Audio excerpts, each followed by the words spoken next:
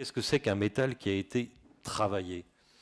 C'est un métal pour lequel on a utilisé tous les outils de ce que j'appelle une doctrine des ressources naturelles, c'est-à-dire un tissu industriel métallurgico-minier dynamique. Alors la question qu'il faut se poser, c'est l'avons-nous aujourd'hui? Des stocks stratégiques, nous n'en avons plus.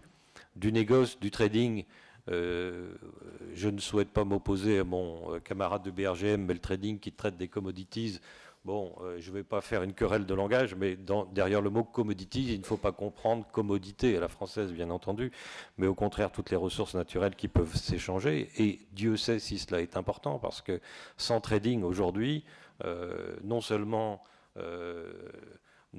vous n'auriez sans doute pas pu prendre votre petit déjeuner ce matin, mais cette salle ne pourrait pas exister. Il faut quand même des intermédiaires, même si on pense que ces intermédiaires sont inutiles. Il faut que des intermédiaires pour que tout cela fonctionne. Pour répondre plus complètement au problème du stockage, il faut se poser plusieurs questions. Qui stocke? Qui a des stocks stratégiques aujourd'hui dans le monde? Alors je les note, les USA, la Chine, le Japon, la Corée. Comment est-ce qu'ils stockent?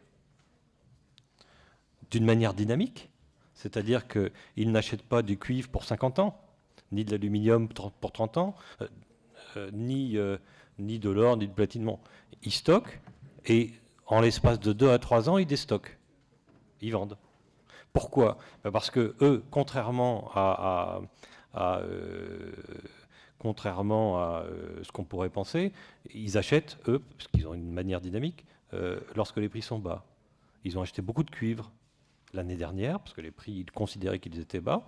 Ils vont le déstocker en le rendant à leur industrie. Mais à quel prix est-ce qu'ils le revendent?